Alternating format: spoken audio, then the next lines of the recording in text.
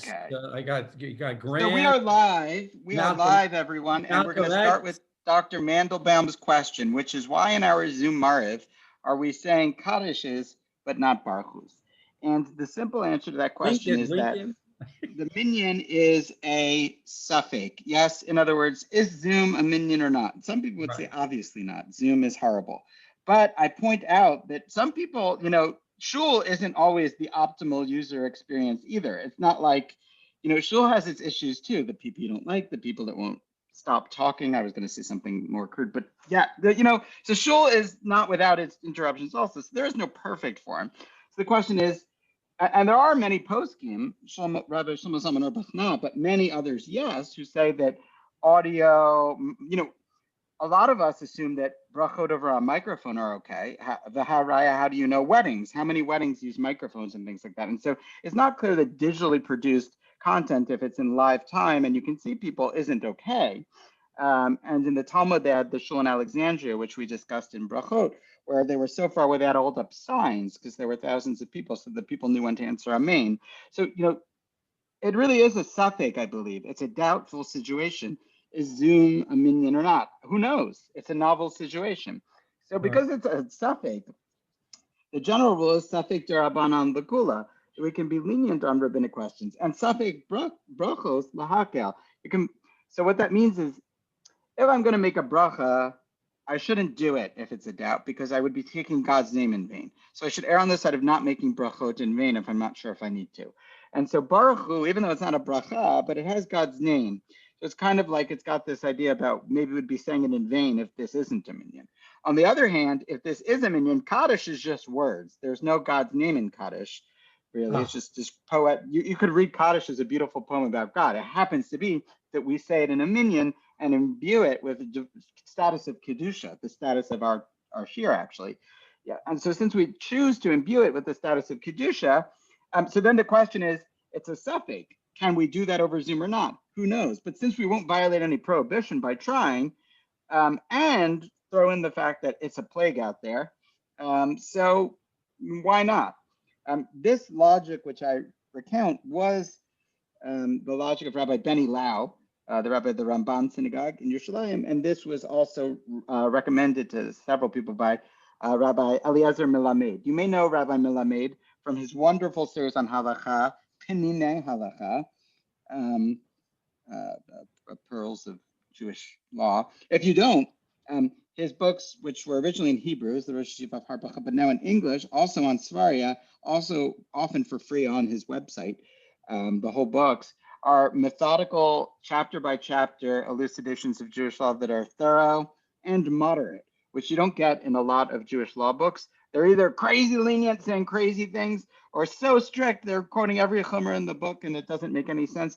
His are good statements of black letter Jewish law without the politics, which I highly endorse. I've never met Rabbi Melamed, but I've met him through his books, and they're phenomenal. And then he's got on kashrut, the mikveh, shul, everything. Check out his books. So now with that endorsement, so he said that this thing also is the thing I've said, he said as well.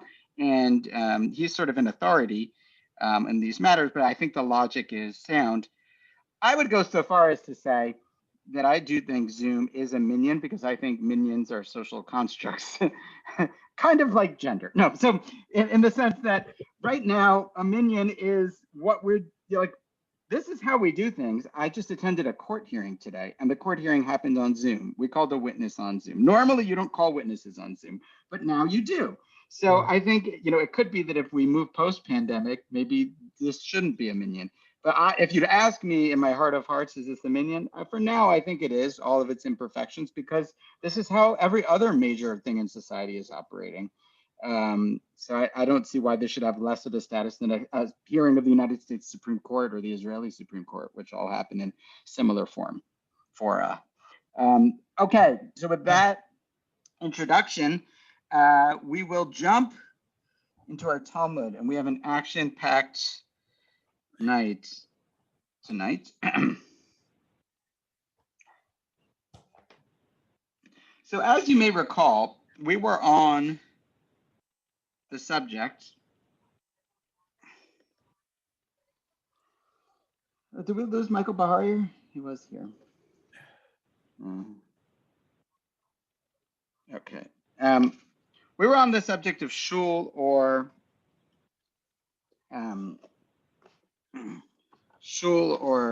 base medrash, which is holier. People recall that? And so I just need to look in a book. I have the screen share up, but somehow not on the page. I can't do it emotionally. 27A.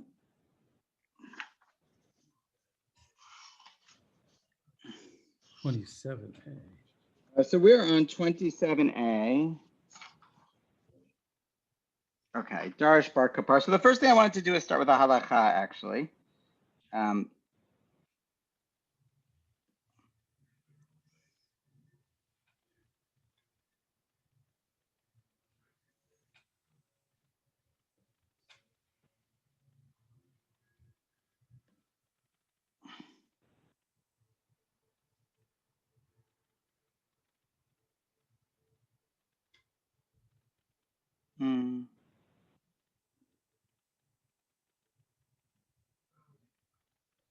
All right, well, I don't know where the halacha I wanted to start with is, but the basic halacha is this. These days, yeah, where you learn in shuls and you pray in Bati Medrash, many poskim want to equate them. So we've been talking about which is better, a shul or a beit midrash, but there are many modern poskim which say, we've blurred the distinctions these days, you know? There used to be kind of finer distinctions between who is admitted to a beit midrash and what happened in a shul. Shul was mainly for prayer at some point, and a beit midrash was only for elite study. But nowadays, a study hall is open to anyone, and a synagogue is a community center. So between all of that, it's all been blurred. And so that's just the thing. But okay, Darish Bar Kapara. Does everyone see where we are? Bar Kapara here? My dichtiv, it says in Melachim. My dichtiv, Vayisrof Beit Hashem v'et Beit HaMelech v'et kol Batei Yerushalayim v'et kol Beit Gadol Saraf Ba'esh. So there's this verse in the second book of Kings describing the destruction of the temple. It's a tragic verse. And he burned the house of the Lord and the king's house and the houses of Jerusalem, and every great house he burnt with fire. So we have a lot of redundancies here. And so the Talmud is going to inquire about all of these. So it explains, Beit Hashem, the house of God, Ze Beit HaMikdash. This is the temple in Jerusalem, as we might have thought.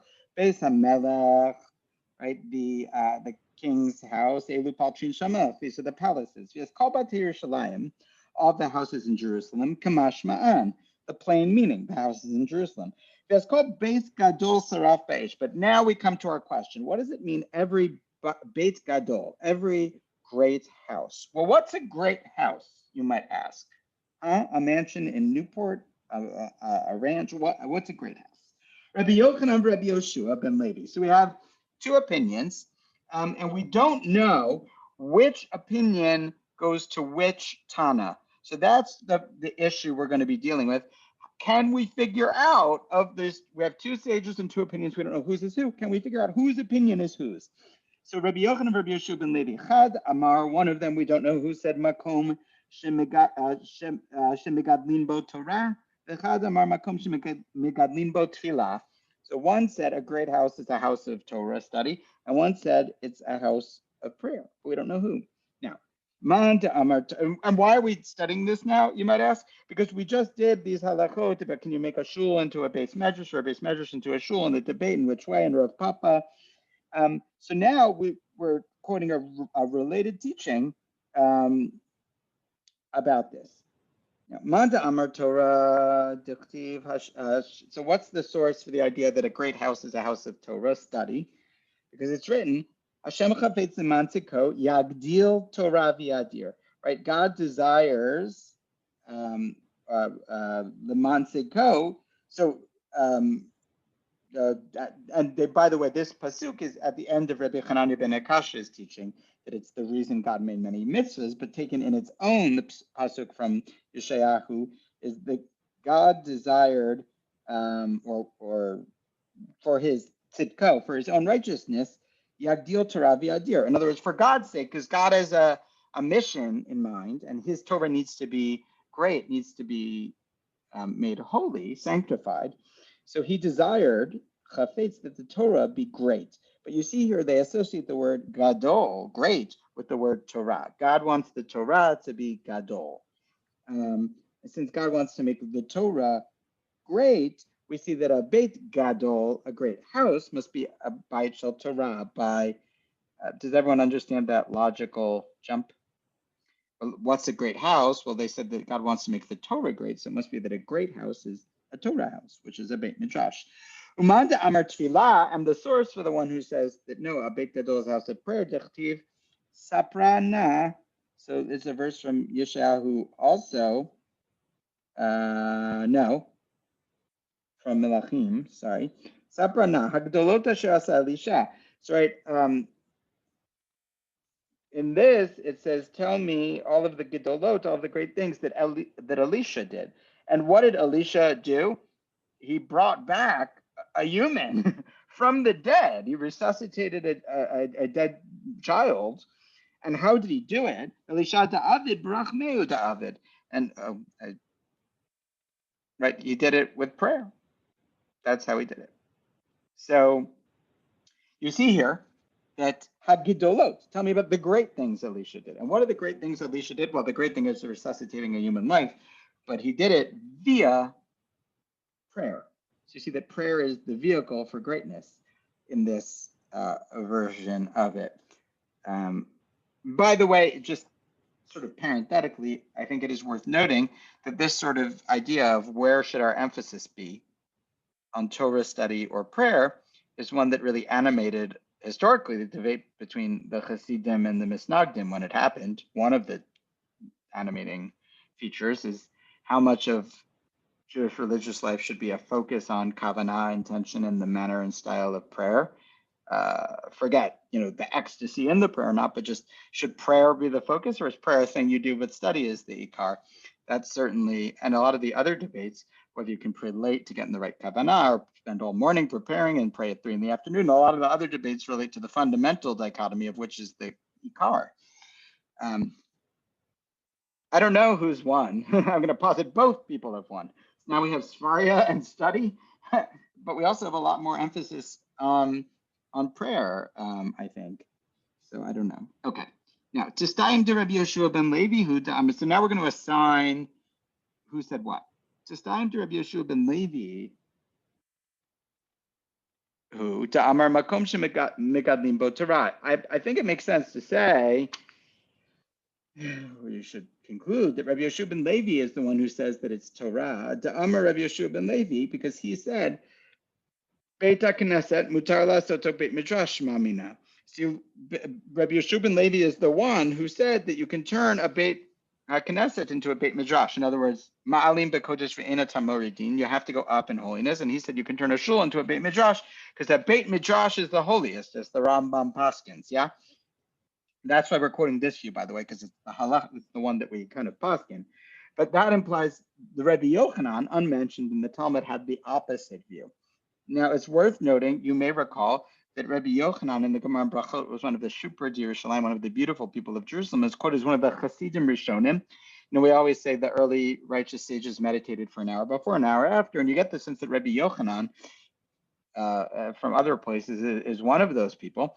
And also Rabbi Yochanan is mentioned as praying kivasikin, as often praying at sunrise. So there are other anecdotes that suggest that Rabbi Yochanan was a davener. He was that, so it makes sense with the facts we know, at least that Rabbi Yochanan would put the emphasis on prayer in this choice.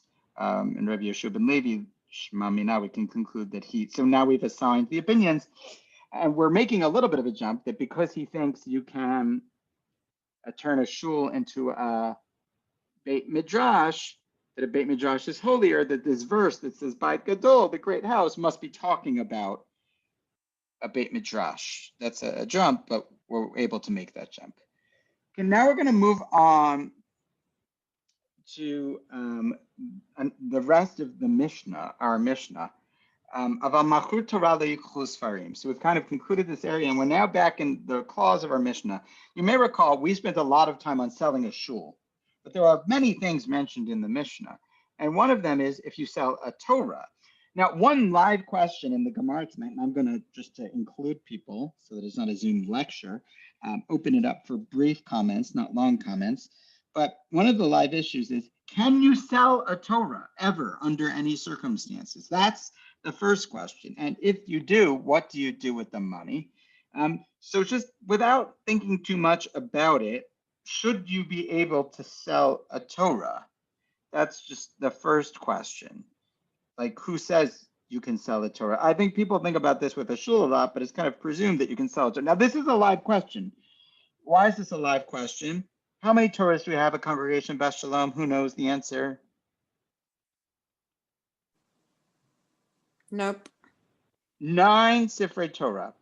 I will How many? note we have more Sifrei Torah than any synagogue in Rhode Island. We have 9 Sifrei Torah, the most Sifrei Torah. You don't win an award for having the most Sifrei Torah. How many kosher Torahs do we have at Congregation Beth Shalom? 1. We actually have 2 that are for sure kosher and 1 that we can fix as we go, and it's not implausible. So it's 2.5, kind of. Like, one has errors, but they're fixable without tremendous expertise. So 2.5 of our 9. It's not a great percentage. It's like 26% or something. So so it could be. Now, we're not doing this. We're not selling. I'm not proposing we sell our Torahs. In fact, I have a different proposal that may have been accepted already by the ritual committee to loan our Torahs to congregations that need them for, kind of a lease agreement where we get paid, and they even fix the Torahs, which we can't afford to fix, and we get them back after a period of time, like leasing a car, and maybe they'll even be in improved condition, and they need a Torah, so it's a better way for them to get a Torah at a cheaper price, and we don't have the money to fix it, and we don't need 6 non-kosher Torahs that each cost at least $10,000 or $20,000 to fix, sitting in an Aron. So in any event, but it could be, we could think to ourselves, congregation, do we need 9 Sifrei Torah? Why don't we sell 3 and become the second biggest Torah possessing congregation in Rhode Island? It wouldn't be a crazy thought, but then you'd have to ask the question, can you sell a Torah? So I'm going to take opinions, but I'm going to limit everyone to keep it moving to 20 seconds per person. Can you sell a Torah? Why or why not? Lightning round, starting with anyone who comes in and wants to have an opinion. I'm going to say you could sell a Torah to another shul if they're going to use it. Okay, Dr. Mandelbaum says you could sell a Torah to another shul if they're going to use it, so that the Torah stays in use. I'm going to fill in the reason. Because Sabar, he thinks the Torah needs to stay used. You can't retire the good Torah for no reason. Anyone else? I think it's Mike, Ruth, or Bess. Those are our options. You don't have to have an opinion. I'm trying to think about why you wouldn't be able to sell one. Why not? Right. What? Okay. So I have no good answer. Right. You can sell a shul. Why can't you sell a Torah? I mean, especially if it's, to a good. Why not? Okay. Good. Why not? And then, Bess. And you don't have to say something if you don't want. I know. I'm just thinking about it. Oh. In the meantime, Mike, you have a. Sure. Sure, sell the Torahs. Okay. So we've got to another shul if they're going to use it. Why not? Sure. There must be some reason. So maybe I called the question. And Beth, I'm going to take you as kind of still thinking about it even still. And that's fine. So we're going to, did you want to say something? Not really yet. Okay, great. Well, if and when you do, please interrupt me. I just want to make sure that your voice, which may be the softest in our group, but is the loudest in content, comes through if you wanted to. Okay, so I mean that. Okay. So Ibailahu, we have a question. The first question is, can we sell an old Torah to get a new, shinier Torah? right? And you could see a synagogue that would want to do this. They have an old Torah. It's not great to use. It's hard to read. It's heavy. They want to sell it and use the proceeds to get a new, better Torah. It's not a hard situation to imagine. Kevan de lo male leasoro dilma kevan de lekalaluya luyachrina shapir dami. So wait, well, there are two sides of this equation. Maybe since you're not, when we say ma'alin bekodesh, so we have a question of shaveh b'shaveh, which we raised. It says you have to go up in holiness. And you can't go up in holiness from a Torah, because the Torah is the holiest thing. So even though you are going up as much as you can within the category, you're getting a new Torah, which presumably will be of more value because it's newer. So you are going up within the category, but it's still within the category. And maybe the rule is that you can only go up, meaning you really have to go up a whole level when you do this. And you can't stay at the same level. Oh, or since you can't go any higher, you're at a Torah, like what are we going to do? We can't saddle with you forever, the Torah. So you got no other choice. So it's fine. Tashma. So they're going to try and resolve this question by presenting, by examining other words in the Mishnah. So they're looking at the Mishnah to see if there's a textual clue to this question. Can we sell an old Torah to buy a new Torah? I'm actually, even though I was an advocate of selling it, I don't understand the logic of the latter argument. Mm-hmm. Since there is no possibility of raising it to another higher level, it should be permitted. That seems like a complete non sequitur. Okay, so in other words, normally we say ma'alin b'kodesh ve'in moridin. I have to go up. If I want to sell, I don't know, a scroll of Isaiah, I can buy a Torah, but I can't buy a Megillah, which is Ketuvim. Right. I can only go up but not down. So the first side is saying, well, maybe since you're selling a Torah to buy a Torah, you're not going up. You're not selling a Torah to buy an angel. Right, a real angel. I'm trying to go up from a Torah. I don't know what would be up from a Torah, but since you're not going up, you can't do it. And the other side says, well, no, there is no up from a Torah. So if you sell a Torah, you can't. It's not like you're degrading the value. You can't. There's nowhere to go. You're at a dead end. Because I sold a Torah. But a dead end is a dead end. It's not. A dead end doesn't say go ahead. A dead end is a dead end. I mean, it's sort of like so pushing back. If you'd say that there's, part of the problem, maybe ma'alim b'kodesh, now we're getting to the lumdus, going up, is really, even though it's framed as an affirmative, go up, what it really means is don't have a degradation. Don't insult the Torah. Okay. And so therefore, good, you're pushing clarification. And so when we say ma'alim b'kodesh, we really mean don't insult the object. And you're not insulting a Torah by buying a new Torah because it's, Okay. There's nowhere else to go. It's the best thing you could do with the money. Or maybe, no, when we say ma'alim b'kodesh we mean there's halacha. You really have to elevate something if you're going to sell, because selling it is not great. So if you're going to sell it, it's kind of like the, you can have dessert if you eat your vegetables. You can sell the Torah if you do something better with it, is what they're saying. So that's a different version of ma'alim b'kodesh. You follow? Right. So Tashma. Let's present a proof from the rest of the Mishnah.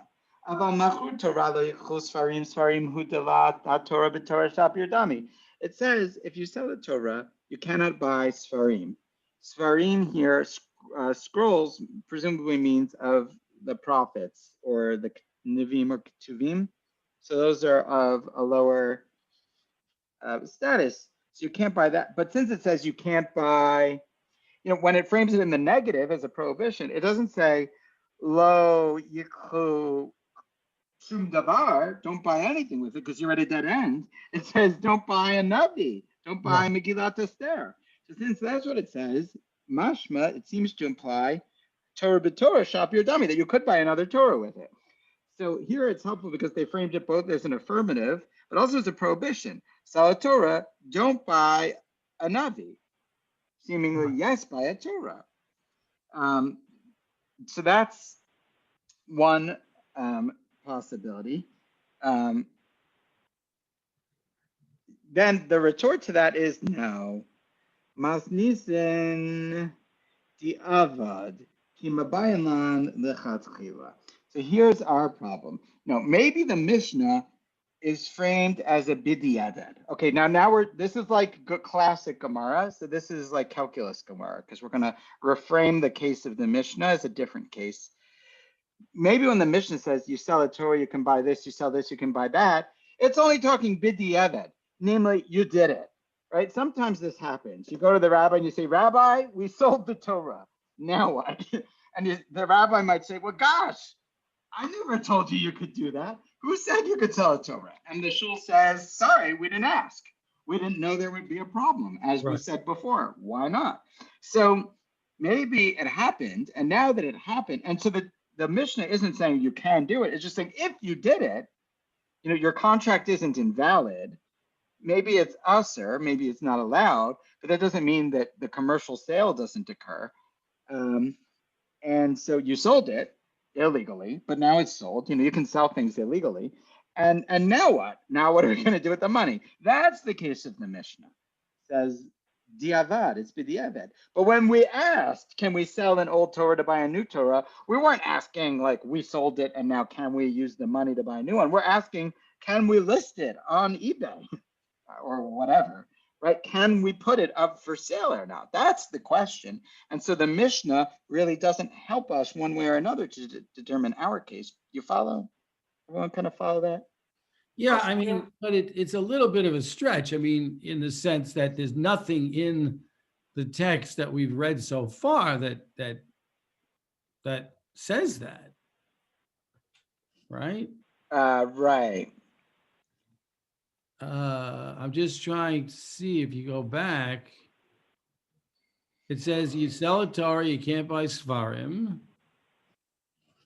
If you go back, well, that's it. That's what, if they sold the Torah. Well, so, the language of the Mishnah is machru Torah, right? They sold the Torah. Yeah. So it doesn't say, right? So because it could mean this. It doesn't have to mean it, but we could establish the Mishnah is talking about a case of it already happened. And once we do that, the Mishnah is no proof to our question. Got it. Okay. You all follow that? Yeah. It's a little. Yep. We got to get your thumb ready. Tashma. So no, let's resolve this dilemma about the Old Torah and the New Torah from a Baraita. We tried with the Mishnah because the Mishnah is the most authoritative teaching we've got. It's in our canon, but we also have a Baraita, which again means chutz, outside of the canon, but it's a teaching from the same time period that is, an important teaching. It's just not officially canonized in the oral law teachings. So let's try a Baraita now. To resolve the question, again, the question is, can we sell an old Torah to buy a new Torah? Tashma, kololin sefer Torah b'mitpachot chumashin, v'chumashin b'mitpachot nevi'im u'ktuvim, aval no nevi'im u'ktuvim b'mitpachot chumashin, v'lo chumashim b'mitpachot sefer Torah. So, what can you wrap the scrolls in? Which cloths?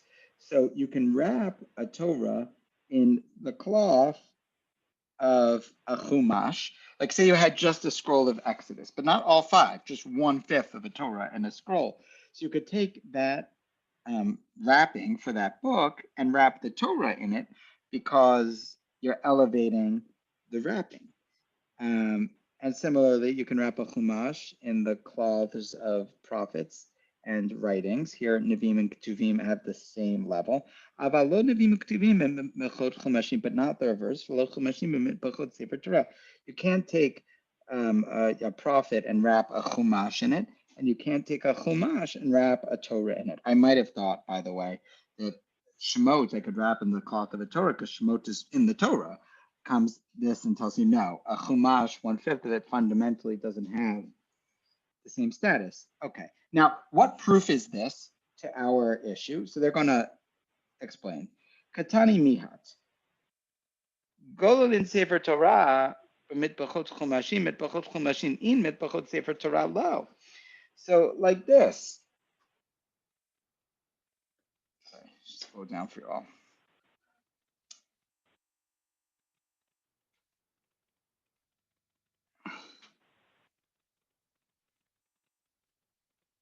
You can wrap a Torah scroll in the mitpachat of a chumash, it says a chumash, but it doesn't say another Torah.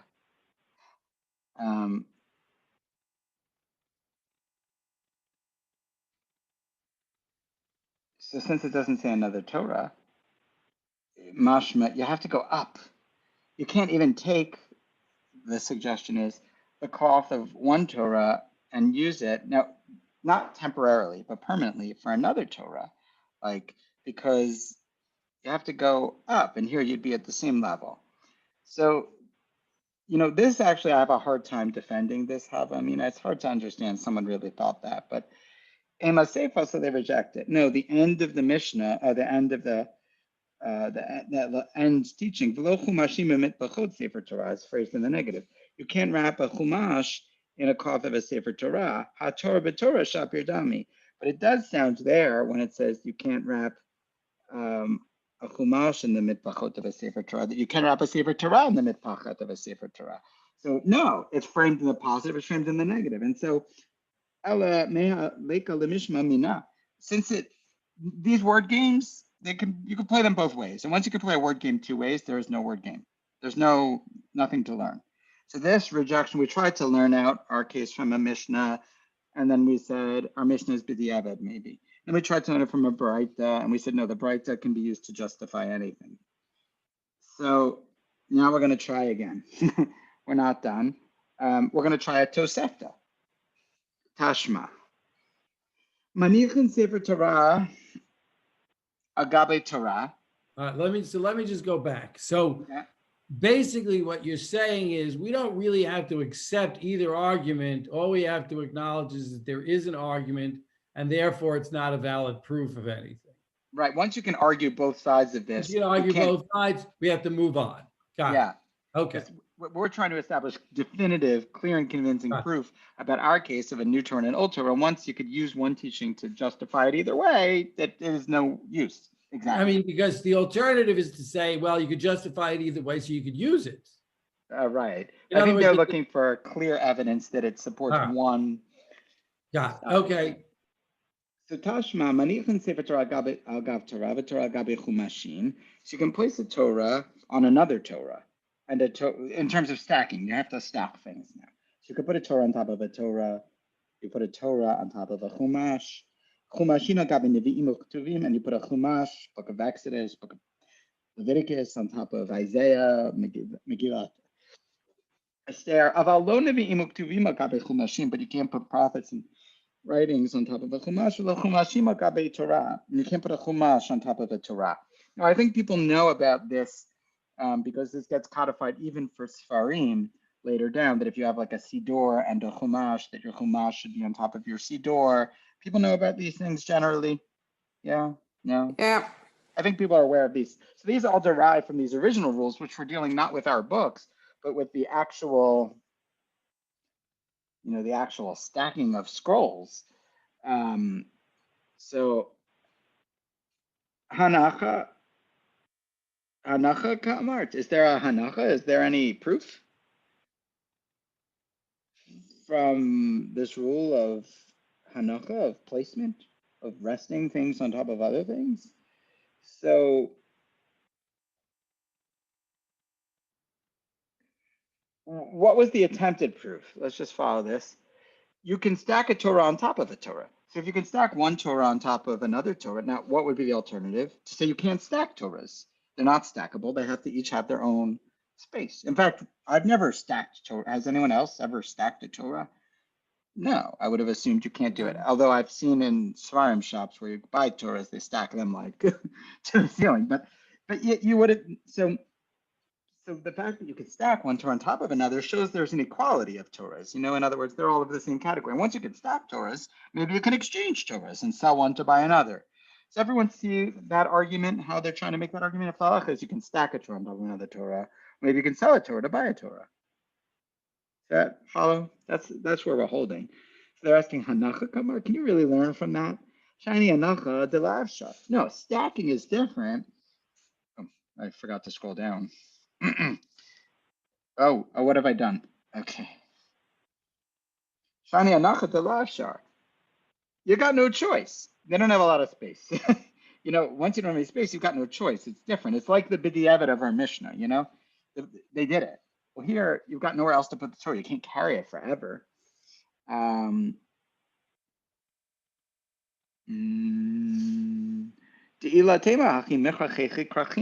by the way, if you wouldn't say that you could stack Torahs, well, how do you write a Torah at all? Because when you roll it up, some of this cloth is on top of the other cloth. Okay, so now we're getting a little. I don't think that's an argument per se because it's within one book. It's one thing to say one Torah on top of another Torah, but to say within a Torah, it's got pages, so to speak, and they're going to be on top of each other. Well, yeah, that's what a book is. I mean, there's no other way. We're going to roll out the whole thing and keep it stored like that. That would be insane, I think. So, V'ha kayasiv dapa achavre, and they point out, the parchment, the dapa rests on its chaver, on its friend. So since you've got no other way to do it, that's what a book is, and that's how you got to stack them. The same thing, this Tosefta. So we tried a Mishnah, it didn't work. We tried a Baraita, it didn't work. We tried a Tosefta, it doesn't work because this Tosefta is just talking about a case where there are no other valid options. Tashma. We'll try another Baraita. Amar Rabba bar Brachana, Amar Rabbi Yochanan. For those counting, this is our fourth attempt at resolving the question on the table. Can you sell an old Torah to buy a new Torah? We've tried 3 attempts at resolving them by quoting other teachings that seem to have an inference, and then we've rejected those inferences. Now the fourth. I'm trying to talk us through it so that we keep doing it because it's complex. Amar Rabba bar Brachana, Amar Rabbi Yochanan, Mishum Rabbi Shimon ben Gamliel. Well,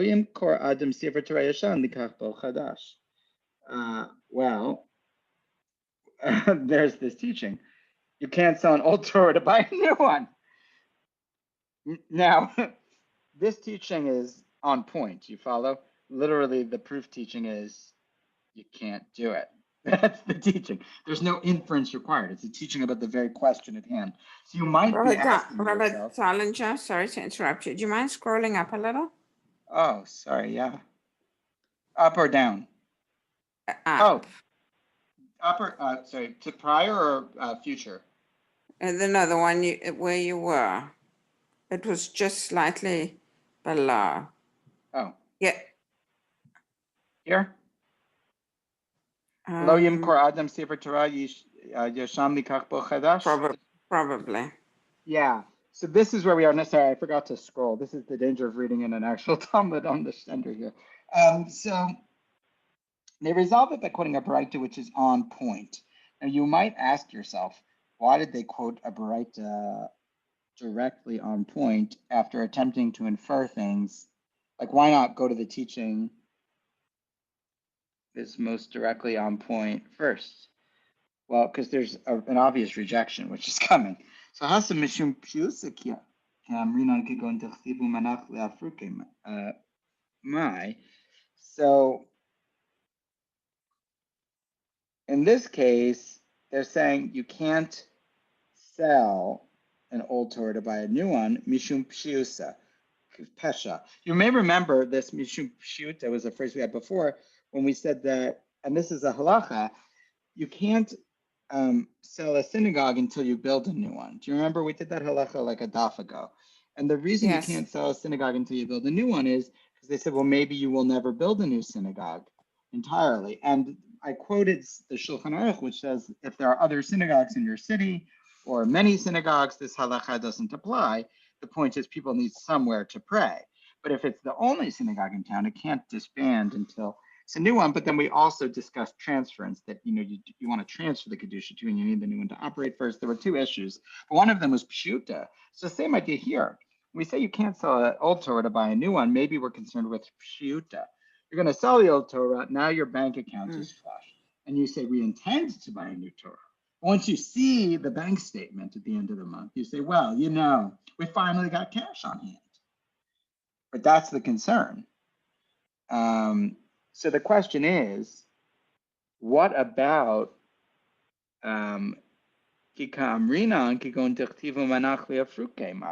You already wrote a new one, and you're going to pay for the new one with the proceeds of the old one.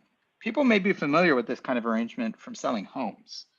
Yeah, a lot of times you buy a new home, and it's the proceeds from the sale of the home you live in, which go to pay for the new home, or you could at least fathom such a possibility, or in part.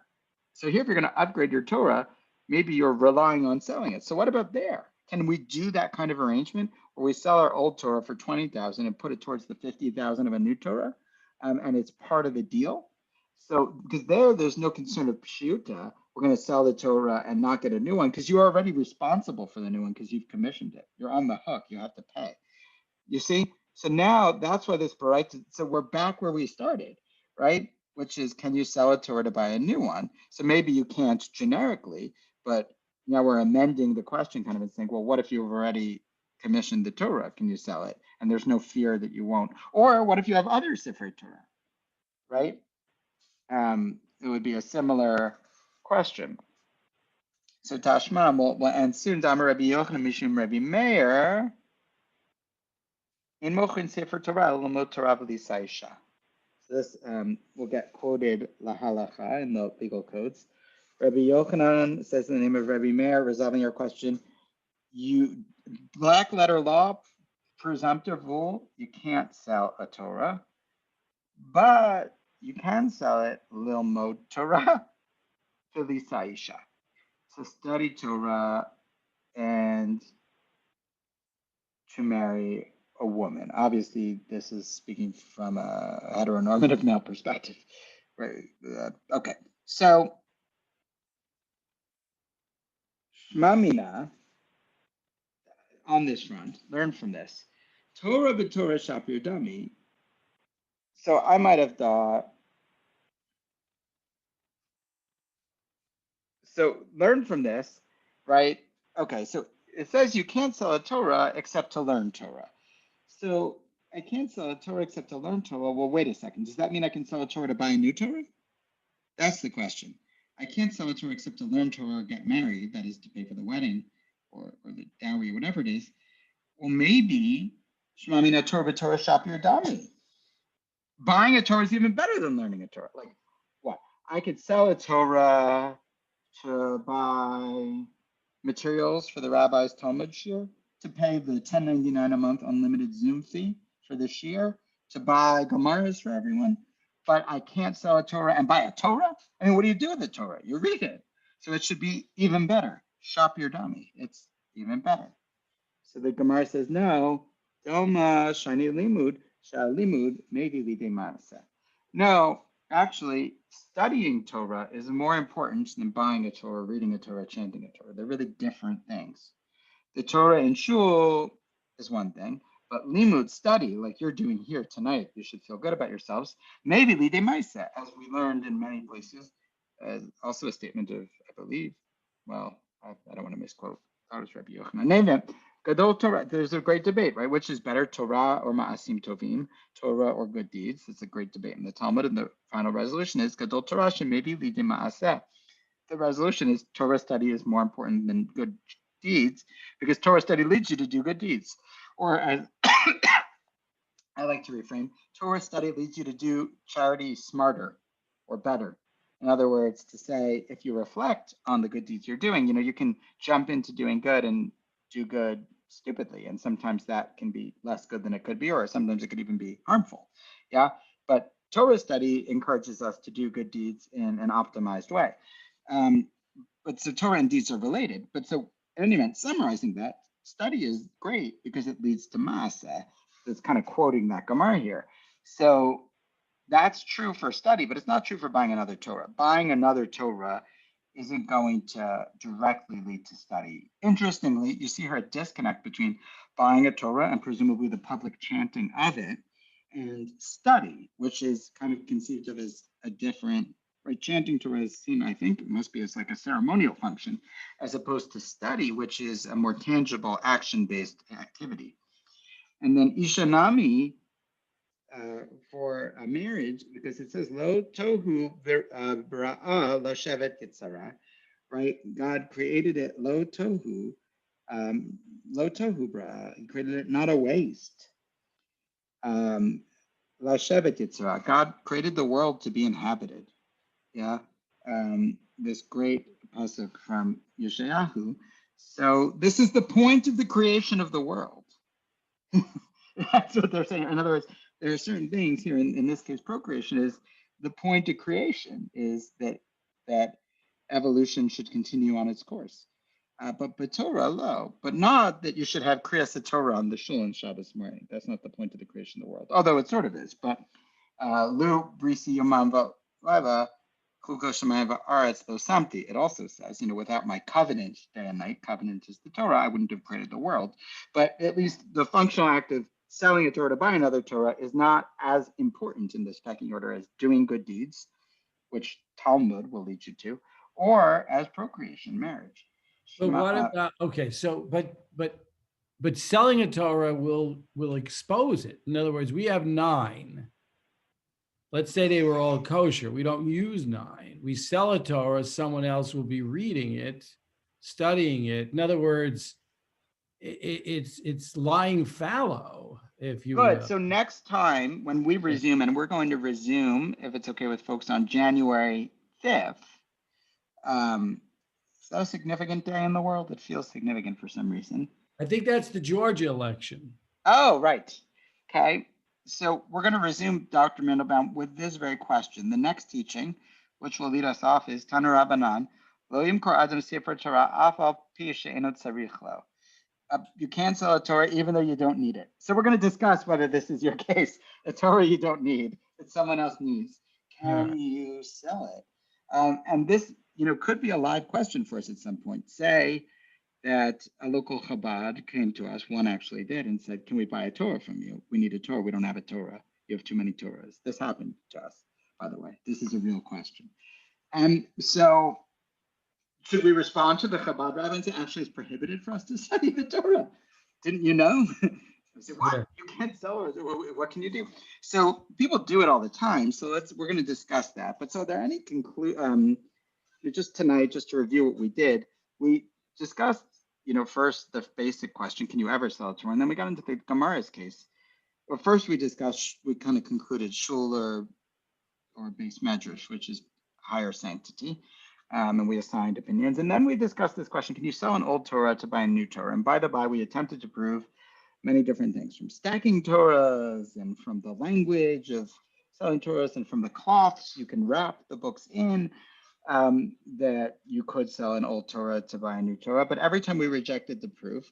And we ended with this kind of statement that you can only sell a Torah for 2 purposes, for study and for marriage. And we said, well, if you could sell it for study, you could certainly sell it to buy a new Torah. And we said, no, it's not a proof, because maybe study is better. So we still haven't answered our question. You follow every proof we've tried to bring that you can sell an old Torah to buy a new Torah, we've said that doesn't prove it.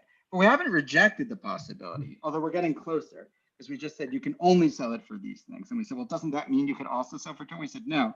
It's starting to sound like maybe you can't sell a Torah, right? Do you see how we're like moving that way?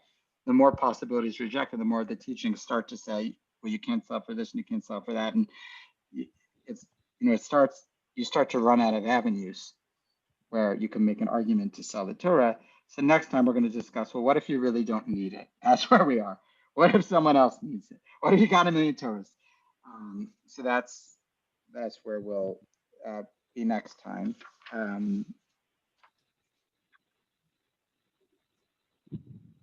Yeah, and then just to tease it out, we're going to deal with the next question as well, which is an interesting one. What if you fundraise money for a particular cause, and that cause is no longer necessary, or you over fundraise? You raise money for the new Aron, and people donate $100,000, but you only needed 50,000. Well, can you have to return the money? Is the money sanctified? So we're going to deal with that question as well. So next time we'll finish this discussion and deal with the question about fundraising. Is earmarked money, can it be used for other purposes? By the way, this is a question in American nonprofit law all the time, and not corporate law as well. It's also the source of some significant lawsuits. And it is also a question on nonprofit boards all the time. For example, I recall I gave money for a mikveh in North Belmore back when I was a teenager. I saved the money, but they were so close to having a mikveh. And I, a high school student, could make the difference. And so I gave my savings to the mikveh. Well, the mikveh doesn't exist still. What happened to the money? Well, they used Wow. it for something. It was multiple shuls in on it together. I won't name the shuls. Orthodox shuls. Conservative reform was a pluralistic effort between Belmore and Merrick to build a mikveh. It's going to be great. There's no mikveh. So someone used the money. So the question is, could they do that? Maybe a mikveh doesn't have status. Maybe it does. So we're going to deal with that kind of issue. Do they have to tell me? Do they just ask my permission? Can they just take it? Can they pay the rabbi an increase? What can they do? So, but I love you all in North Belmore, North Merrick. Wow. It was only $180. It's fine. I was just a child. Okay. So thank you all for stealing my money. No, for tonight's Gemara class. I hope this is elucidating some of these issues around Kedusha, and in particular, I don't know, making us think twice. I think we often just trade our sacred objects and we presume that you can kind of do anything with them. Or in some cases, you presume you can, with the Torah, I think we presume you can do anything. With a shul, I think people presume you can do nothing. But as we've learned, you can actually do a whole lot with a shul, like open a brewery there, the board wants. With the Torah, there's all these restrictions. So I think actually the intuition of people that a shul you can never sell, but a Torah you can trade on the black market ad infinitum is actually almost directly opposite the kind of thrust of the Gemara, which is like, they say radical things about what you can do in a shul, and they're quite restrictive with what you can do with a Sefer Torah. So with that, I think that is a fair assessment of public opinion versus kind of the gist of the Talmud. We'll resume in 2 weeks. I wish everyone a happy secular new year. And in 2 nights, there will be a cheer in memory of Daniel Bessler on science and religion, though not your classic on science and religion. Also, Frida is doing a Chinese special where you can give 15% of the proceeds to the Danielle Bessler Foundation. And also the Wandering Q is coming and doing a barbecue / Chinese special. You can place your orders and pick up at the Ingber. So there are 2 great opportunities to support meat-based food businesses. I know I'm almost always promoting, we're going to resume the vegan challenge soon. So this will be a rare promotion of the other side of the coin. But I wanted to make you aware of those food opportunities. Are those this week? They are this week. Frida's Thursday and Friday, and the Wandering Q, you have to place your order by tomorrow on their website for Providence pickup, and the pickup will be Thursday. So you place your order tomorrow on their website, note a Providence pickup. The checkout's a little confusing, and the pickup will be on Thursday at the home of the Ingber. So I'll leave you with that. Get your food however you want. We used to serve you food. We used to do it. This year, you serve you food, but we will still provide the Torah for Nittelnacht. Final reminder, Friday's Asara B'Tevet, the 10th of Tevet. It's a fast day. And lastly, it is my opinion that when you see the Jupiter-Saturn merger in the sky, when you see it, you should make the bracha of Osem Ma'aseh Bereshit, Bracha Hashem Elokeinu melech haolam, Osem Ma'aseh Bereshit, God who does miraculous wonders, even though we understand it as an entirely intelligible phenomenon. The visual of it is stunning enough that it requires a bracha, in my opinion. So I hope people take advantage of the show. Okay, with that, good night. Thank you. Thank you. Thank you all. Good night.